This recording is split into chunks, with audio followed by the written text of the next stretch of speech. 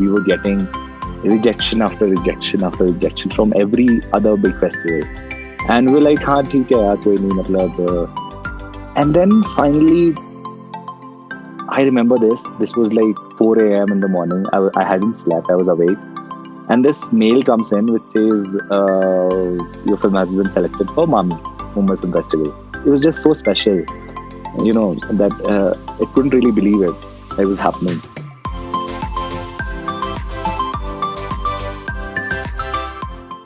Hello everyone, welcome to Expert Tribe. Today we are talking to someone who has personally inspired me a lot and I am in complete awe of his work. So without wasting any time, let's go straight to the director of the movie Gamak Ghar that won numerous awards, Mr. Achal Mishra. I wanted to touch a little bit about what you said about films, right?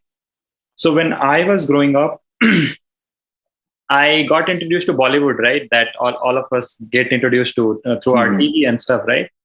But even at that time, I found it very cringe when I was watching it on TV. But when I was introduced to Hollywood in my college, I found this world very fascinating. I found these films very different. The kind of themes they used to entertain in terms of storytelling, not in terms of visual grammar as per se.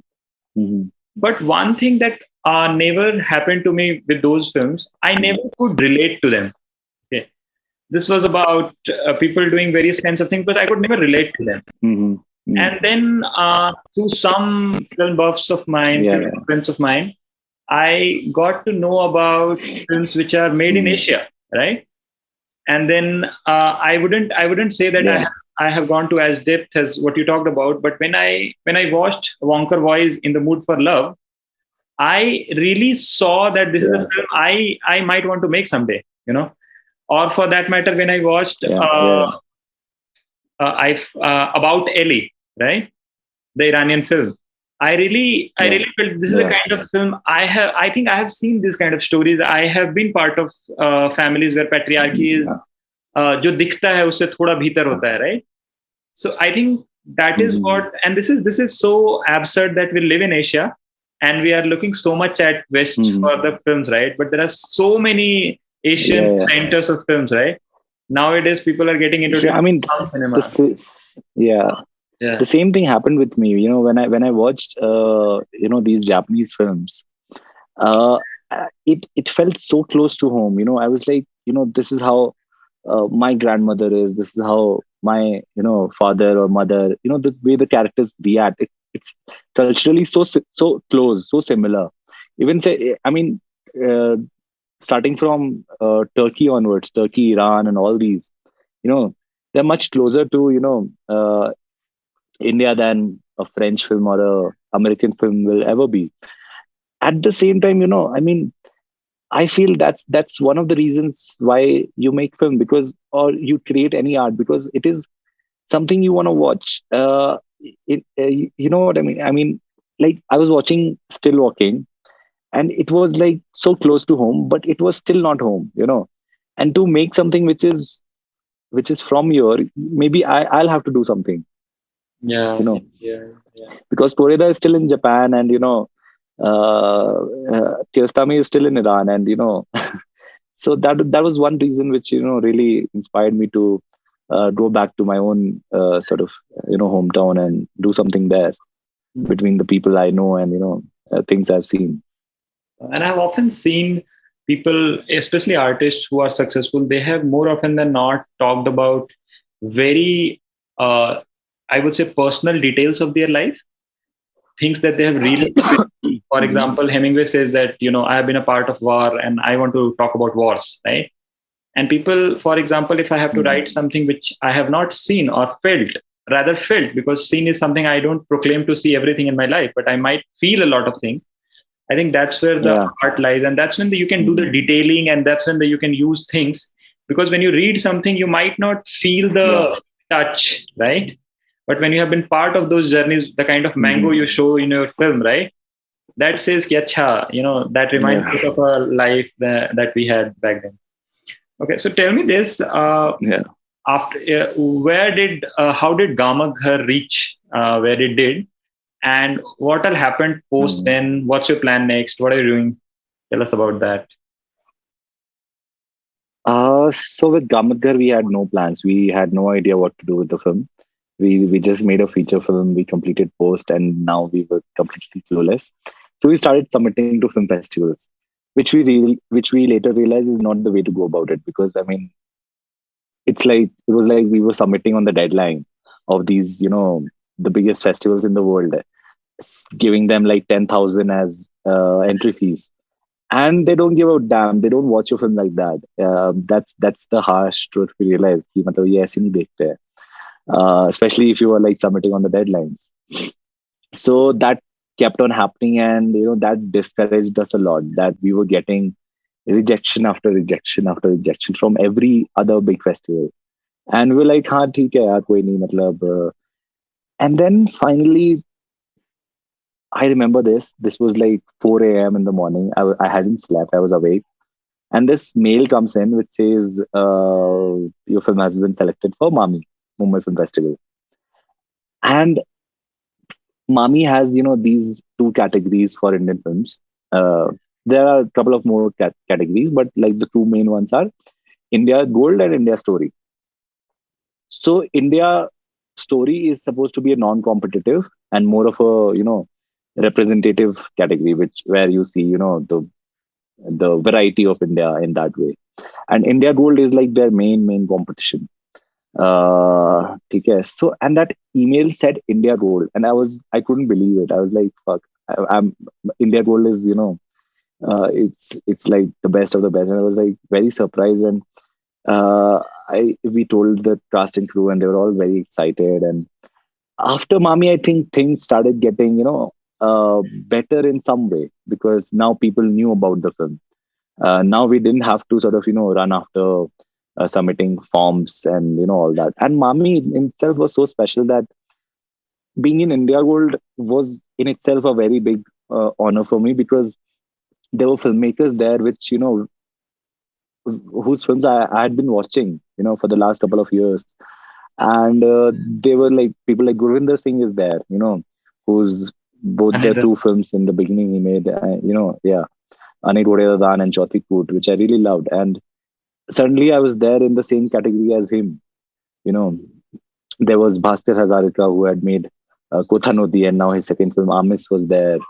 So it was just too overwhelming. And then getting that award, and Fernando Meirelles, who's made City of God, he ended up watching our film. So it was just like Mummy was like one full week of just being like, ये क्या चल रहा है life में ना मतलब. Uh, and because it was also special because I had been going to Mami for the last 4 years, 3 years. Okay, I'd gone there 2016. I'd gone there 17. I used to, back then when I was not even living in Bombay. You know, I remember 16 and 17. I was still in Delhi, Noida, and I used to just travel to Bombay just for this festival because I knew कि मतलब India में और कहीं ऐसा मौका मिलता नहीं है where a film which has just released outside has come to your country and you get to watch it on a big screen. So I remember I used to go and queue up for these films. I remember watching Correras After the Storm there, and Farhadi's Salesman, and Nuri Chelan's The Wild Pear Tree, and Roma, Marriage Story, a lot of films, Uh, and then suddenly there are people queuing up for something, and it was just so special, that I couldn't really believe it was happening. So after Mami, things got slightly easier, but we still couldn't really figure out a good international premiere in that way, because I mean, again, it you do require someone who's representing a film, who takes your film to places, and like a distributor or like an agent. So we had none of that, and we were still doing everything on our own. So we did like smaller festivals in the US, the Asian festivals, the Indian festivals, at a lot of places. And then I mean, we had some more plans back in India, but we could never go through with them because of the lockdown. We had a theatrical release planned. I mean, like a limited. I mean, we were not sure of it, but we were gonna give it a go. But since March, it was all shut. So we were like, "Yep, to kya hi kar sakte hain?" And it was like, I I've never felt too good about letting a movie sit for a long time. If I make something, I want to let it out, very quickly in that way. So I was not very happy sitting on it for a long time, and suddenly lockdown happened, and now I'm getting more requests from people to release the film. They're saying, please put it out, and people who don't understand the business, they are straight away like, please release it on Netflix. So, but it's not like that. No, I can't go to Netflix and say upload film, and it will show up there. So, but people have their requests, and some are like, they don't give a damn about business. They're like, please release it on YouTube. So, I wish I could, but it doesn't work like that. So we had the movie release planned, so we preponed it to May, and then we had like a huge, huge response to the movie release. Surprisingly, a lot of people from Mithila ended up watching it. A lot of people from Bihar, which I never thought would happen. You know, because I always thought that the film's grammar is like slightly. I mean, it moves very slowly. So people might get bored and all that. But I mean, it was just too special getting that response, and so we had like a good run on movie. And the very first day when the movie was gonna come out on movie, it was like 12 a.m. at night. It was gonna go live, and that day felt like an opening day, in our own little way.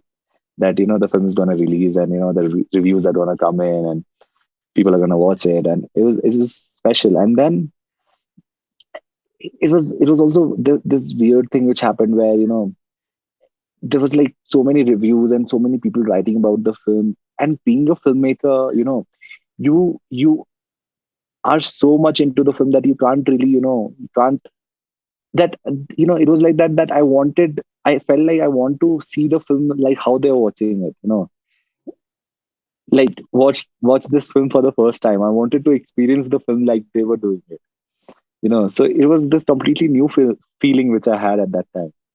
But I knew, I mean, this is something I will have to live with, where I won't be able to experience any of my films.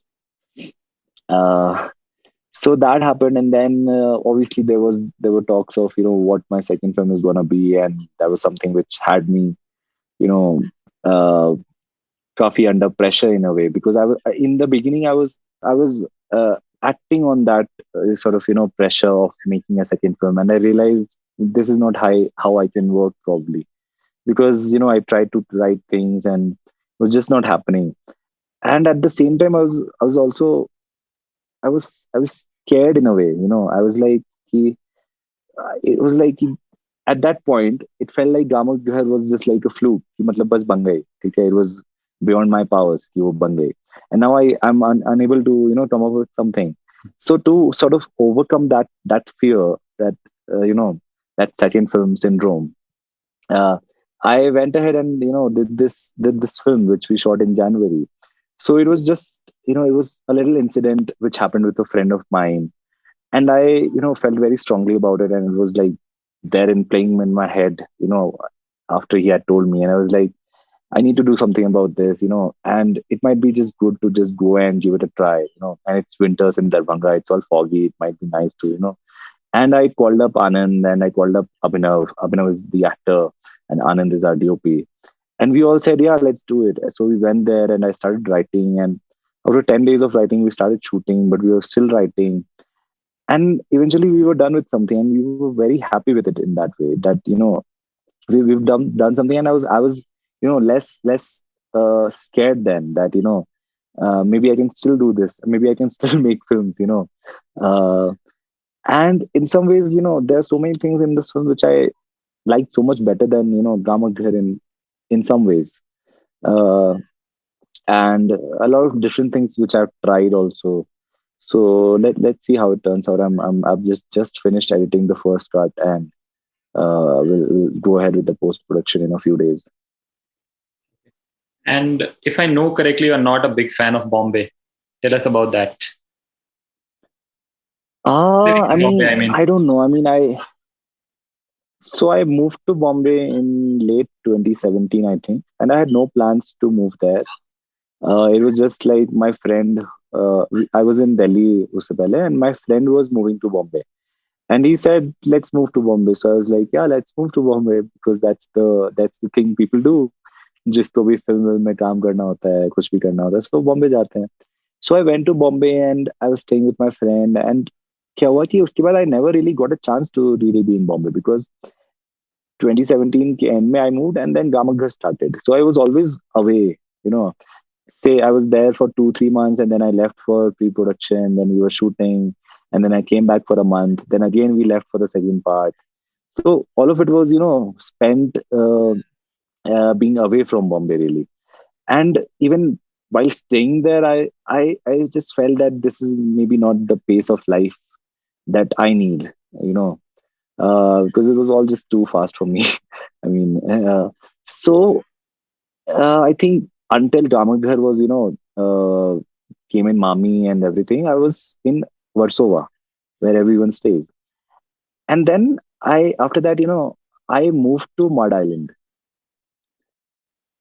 So shifting to Mud, sort of convinced me to stay in Bombay longer. It was also at the time when our film came in Mami. I met a lot of other filmmakers whose films were there, and I realized, there's also so much more to learn.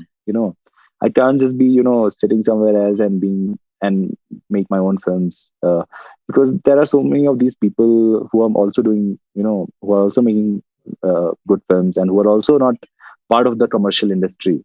And these are people I can learn a thing or two from. And just staying in Mud Island was completely different. It's not Bombay. It's removed. It's completely removed. You need to take a ferry to reach there.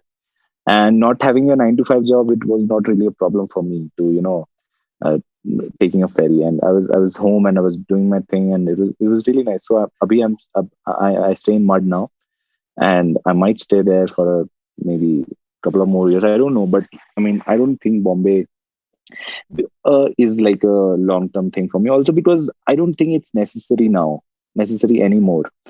Because I mean, making films is so much easier now that I just need a crew who can come with me wherever I'm making a film.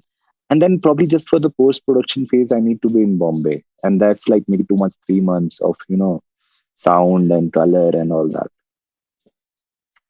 Yeah. Each word of Achal proves that why his film was deemed in the category of Satyajit Ray films. And I am sure after watching this, you want to know more about him. So for that, just find the link in the description below for his part 1 and you will be there. And also, don't forget to like, comment, share and subscribe.